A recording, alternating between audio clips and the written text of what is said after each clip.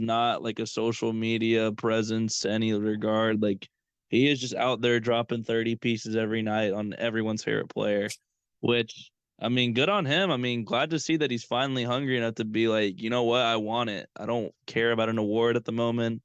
He just wants to go to the finals, which I get. Like that's completely reasonable. It's probably his best chance he's ever had. Do you think that's why he's sitting out games? I Yeah, could see I that. mean, Yeah, he, that he definitely he makes sense.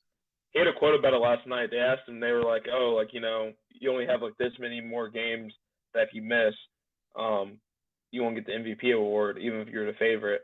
And he said, "I don't care about an award. I'm trying to win." And he said, Yeah. "I'm not gonna I'm not gonna put myself out there, like exert myself in hopes of winning one singular game with the chance of increased risk of injury.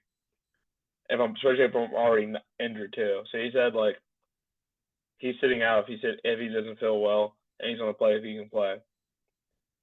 So I don't know. It'll be interesting to see if he does like go past the games that disqualify him for the MVP, or if he tries to stay around that number. It's smart on I him, mean, I feel. yeah, but I mean, as of right now, it looks like he's going with the route of he's only going to play when he feels like he's healthy enough to play. But I mean, if it starts getting down to like two, because I think it's like eight right now, so it's still a decent amount of games to miss. Um, I don't know if it gets down to like two and like three, like does he like start playing for like 20 minutes and then just like going out for some quote unquote random reason or something like that, or minute restriction or something like that? It'll be interesting to see how the Sixers play that.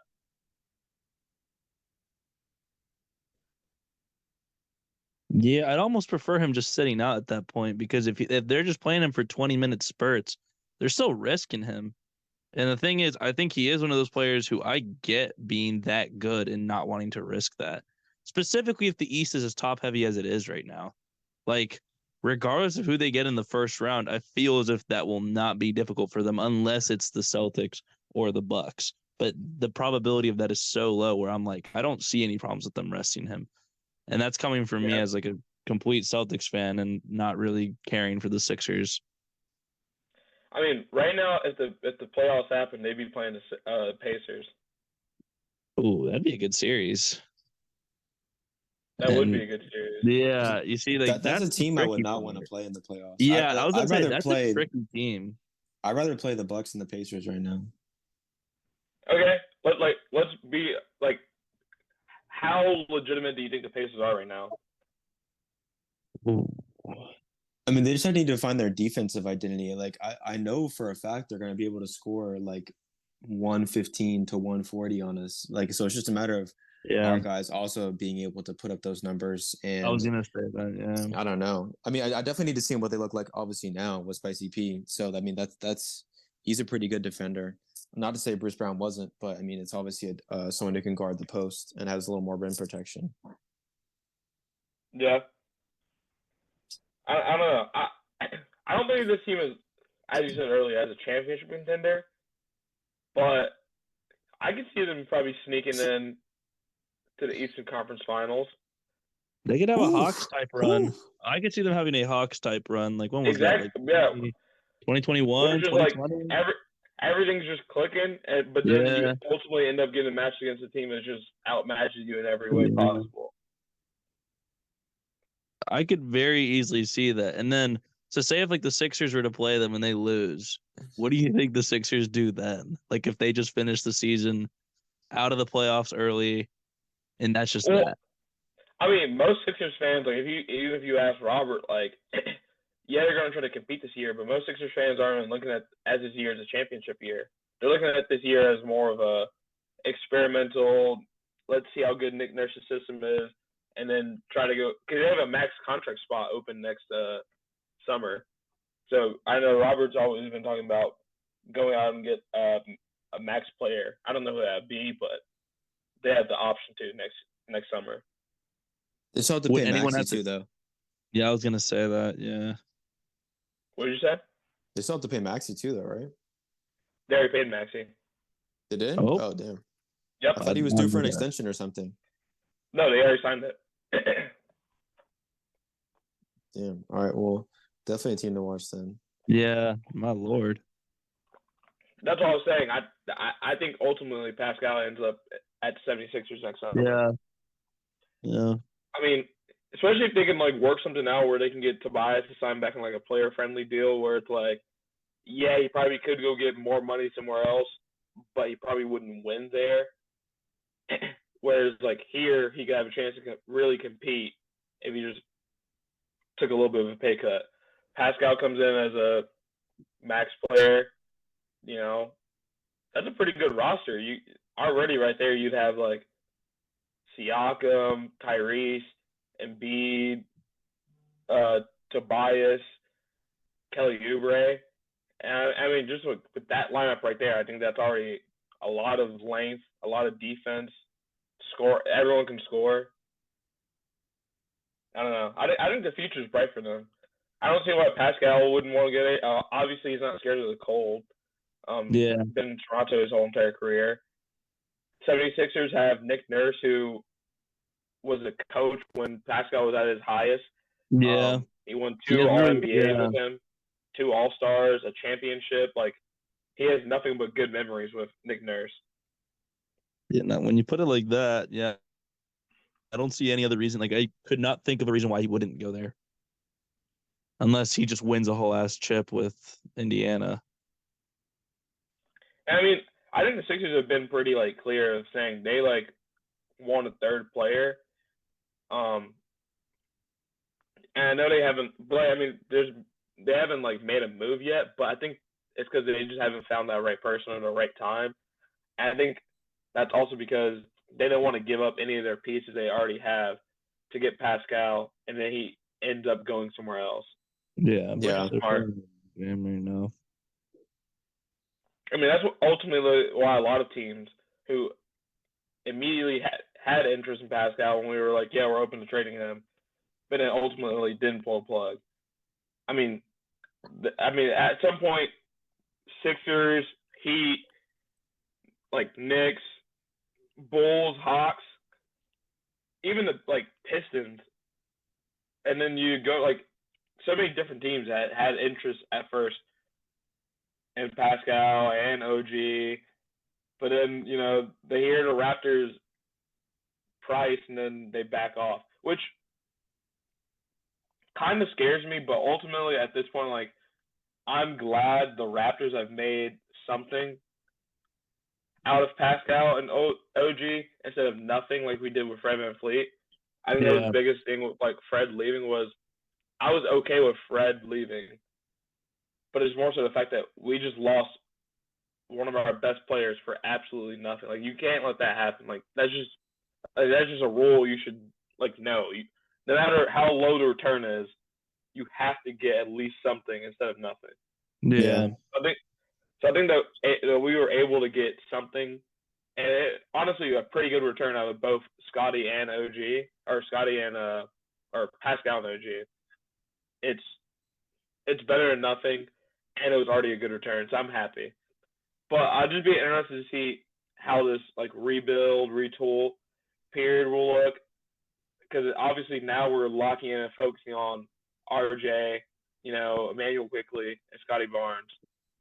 Barrett's been playing pretty solid. No, they have been playing solid.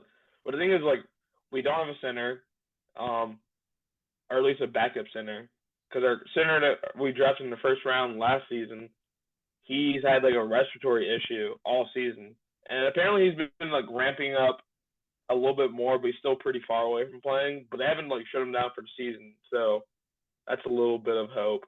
But then Jakob, hasn't been playing as good as we hoped, and we signed him to a contract extension, and we gave up a first round pick for him. It should have went to Boston. And Bro's, not playing good, and he injured his ankle, so we don't even have a center right now. So obviously we're tanking. He should have went to Boston. He sold. It's okay, bro. The KP curse will circle back around to y'all. Hell no. You really don't want KP to win a ring? That's just crazy. Nah, KP's Jhyrah my likes boy. KP. I was about to say Jhyrah likes KP. If there was a way KP could win a ring and y'all didn't, I would want that to happen. Don't worry, Jhyrah. He'll have his ring. I honestly don't see the Celtics winning. Like, I don't know. No, I think if y'all were to win, I think this is a team to win with. But I think there's other teams that give me that magic more than y'all. Like, I feel like who? Sixers. Okay. Thunder. Okay. Clippers. The Thunder. That's the Thunder. I think the Thunder are good, but I think the Thunder are gonna fall. Like, I don't think they're gonna be like they're not gonna be frauds, but like I don't think they're gonna have the Western Conference Finals. I don't think they have the gas in the tank to go all the way. I mean, they have to use their draft capital. People are saying that, and I mean, even I've been wanting to be like, I feel like they should go out and get someone extra. But I mean, even then, right now they're second in the West, which is really packed. Yeah. But they have an MVP top 3 like candidate right now, and Shy. A lot of really good pieces who all are contributing very well. And not only is like Shaw like their superstar, but he's like top 3 in like clutch buckets. Like, I don't know. I feel like if you need a shot, you have a player who can do that. And then if you're a good team, you're going to be in close games in the playoffs. So I don't see why the recipe of winning isn't there. I see your situation, and I raise you one. The Celtics are undefeated at home, and the only team without double-digit losses this year, as well as we've missed a key player in every single game so far this year. But like I don't like. So I don't know where you don't see the winning team. No, but no. I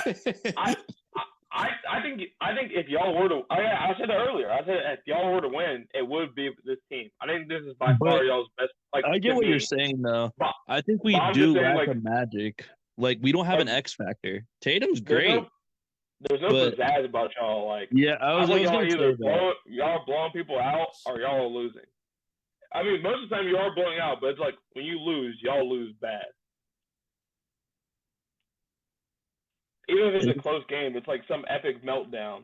Yeah, they're always that's very Celtics thing to go into have a lead in the third quarter and then have it erased in like the last 6 minutes of the fourth. Always. There's something to say about a team that you can't like. I feel like y'all are a team that when everything's nice and going how y'all want it to go, and the team other teams like playing to y'all's like advantage, most times than not, y'all are going to win.